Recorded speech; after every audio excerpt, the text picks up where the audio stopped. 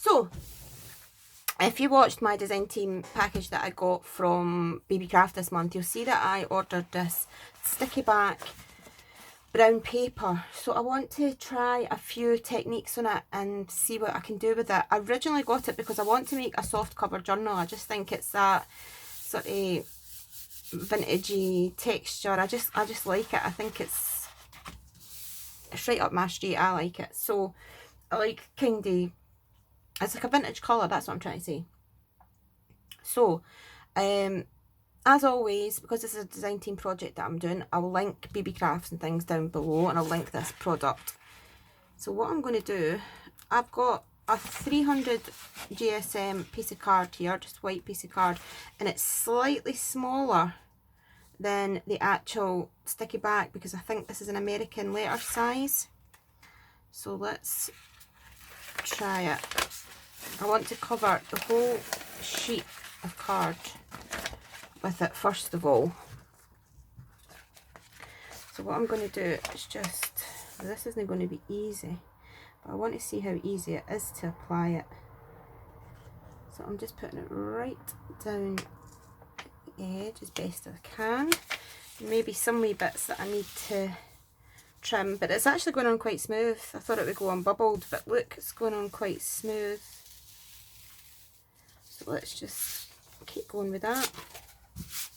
Oh, I'm happy with that. Isn't that cool? That's went on really quite smooth. There's no bubbles at all, which is really good actually.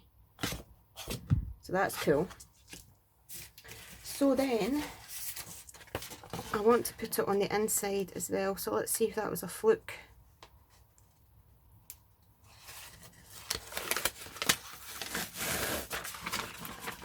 Okay. So I'm just going to take it to the corner again, line it up the best I can.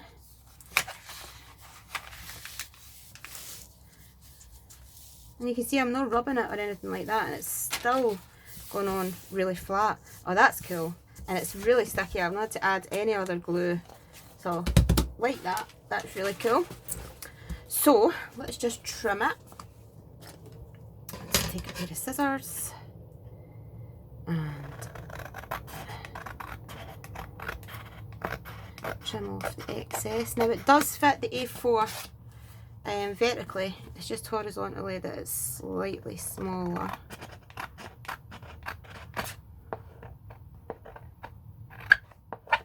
Okay, let's take a wee bit off this side. Actually, do you know what? I didn't even have to. There is a wee tiny bit there, but I can ink it because I'll probably make it squint if I try and cut it. So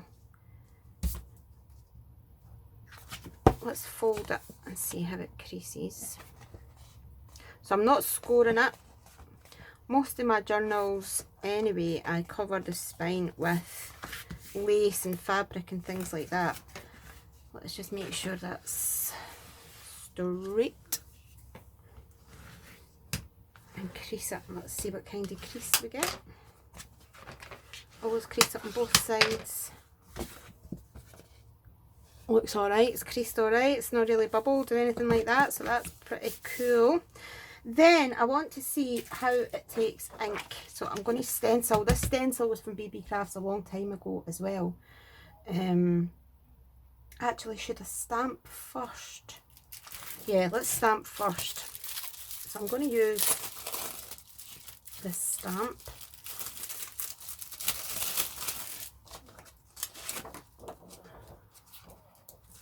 And I need a big block for this one. So let's just lay that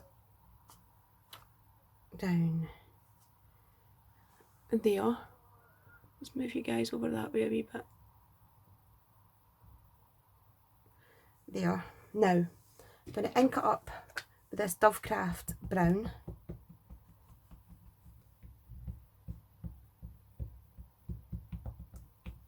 I like this stamp. I got this in my swap with Dawn from Shiny Silver Treasures. So I'm going to stamp it here. And it doesn't have to be too precise because this is just the base of my journal cover that I'll eventually put fabric and things on. But I want to see, oh, look at that, it came out perfect. That is cool, so you can definitely stamp on it. So I'm just going to use the top of the stamp again. So it is reacting just like brown paper, which is really cool. Let's just stamp that there.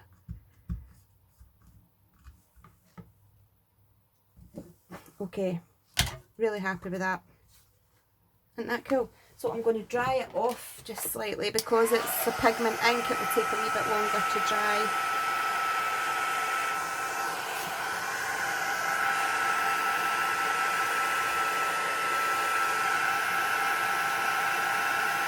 And I really want to smudge it now that it's came out so nice.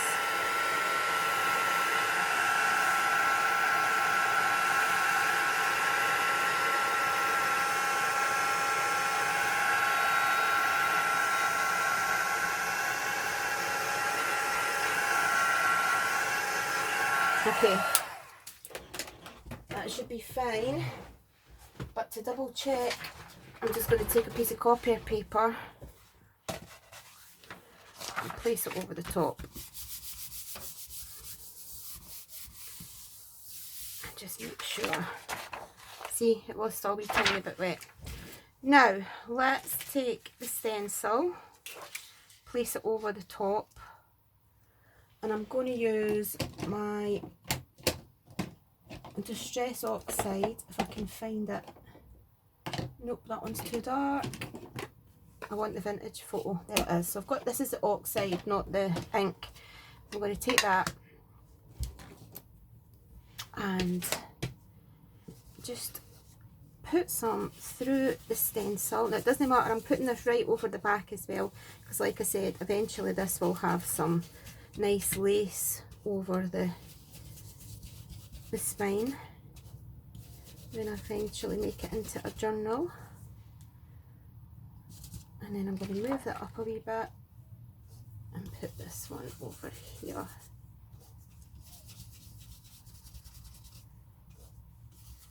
And we'll see how it takes. The oxide ink should be fine. It looks like it's taking the pigment ink absolutely fine, so it should be fine. Okay, let's have a look. Perfect. Can you see? Let's just recrease it. And it's taken the oxide ink perfectly. So, if I can find, I'll go in with the brush corduroy distress ink and just right round the edge, all the way around. And I think this will look nice with like some ivory lace round the spine stuff. So we'll put that round there. And this is also taking away any of the white in the edge that I had missed from the card that I stuck it onto.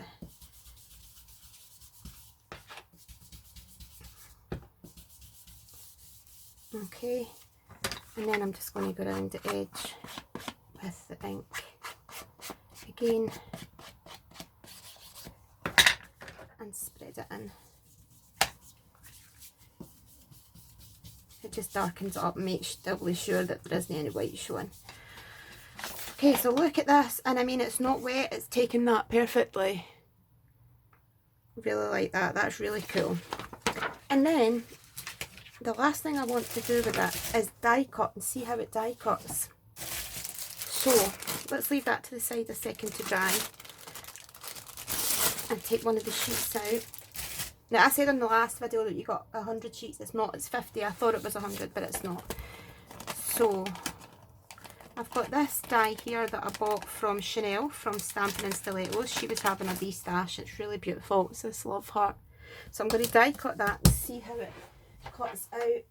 So let's just pop it on plates face down and pop that through. We'll turn that plate that way. And let's see how it cuts it. With it being the sticky on the back.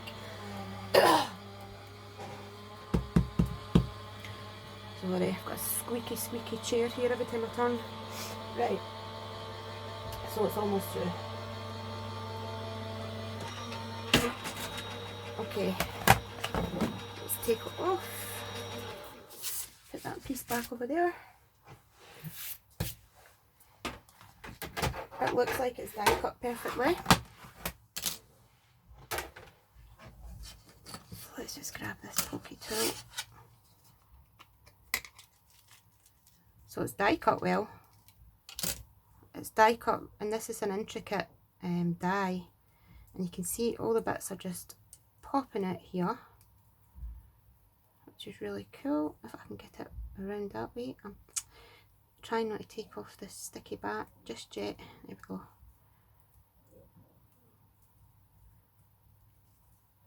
Take all these bits out. Okay, dokie. Oops, how's that bit not coming out?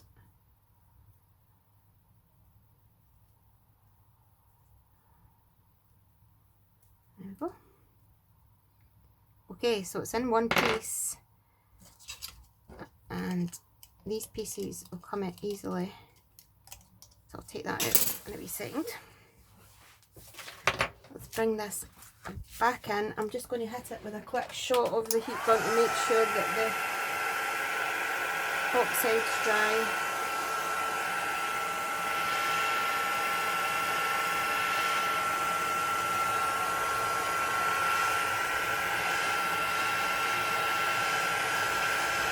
It's dryish.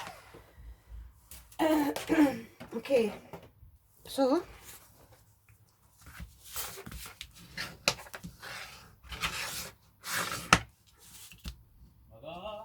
two seconds, Kane, I'm making a video. Let's just peel it off and see. I've not got any nails on, so okay, there we go, get it started. And then peel it off. It's still really sticky.